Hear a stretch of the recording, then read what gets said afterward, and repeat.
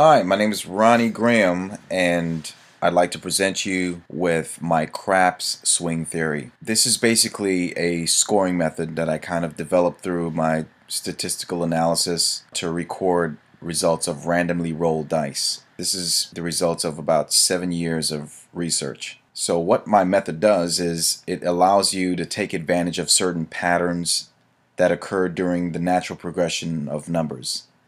So I'd like to start by saying that this information is based on approximately 50,000 results of randomly rolled numbers, which is about 3,000 hours of information gathering, which also means it's about 125 days at a craps table. So needless to say, I've seriously put in some work.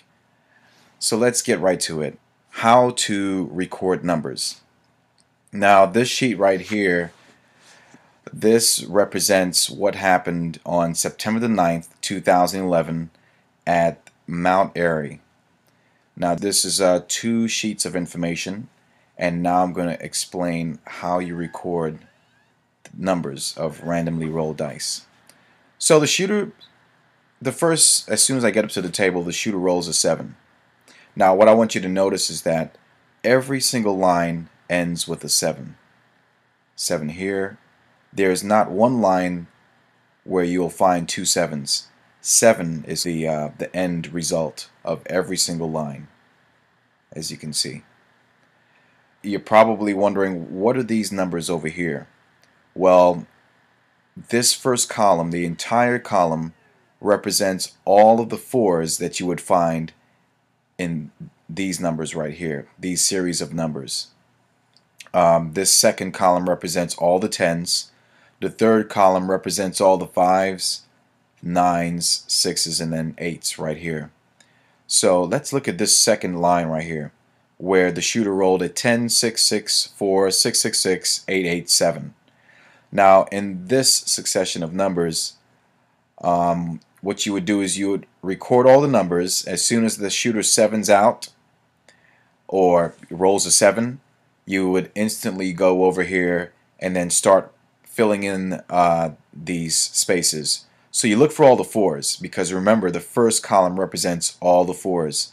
So we can find 1 4 out of all these numbers recorded as a 1. There's 1 10. As far as the 5s, there aren't any 5s, there aren't any 9s. So that's why this was recorded as a 0 here and a 0 here. There are 5 6s. 1, 2, 3, 4, 5 6s right here, and that was recorded as a 5. And there are only 2 8s, so there you have it, right?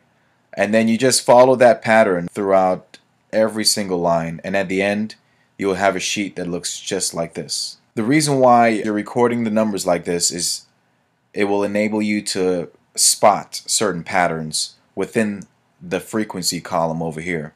For instance, you can see right here there's 1, 2, 3, 4 rows here of just zeros, and then here's a 1 or 2. What I can tell you is that after 50,000 numbers, after you see something like this, there's a certain play that you should make to take advantage of what happens the most. So when I'm done recording all the numbers from that visit to the casino, what I do next is I record all the numbers in a spreadsheet. And this spreadsheet represents every single visit to the casino.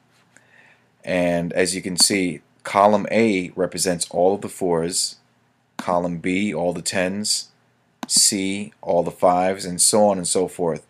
But with this, I even went a step further, where I got all the 3s, 11s, 2s, and 12s. So it's basically all of the numbers. I didn't have to record 7s because there's only 1 7 in every single line. Column K represents how many numbers occurred during these series. So right here there were 13 numbers. That's basically it. This is how you record numbers.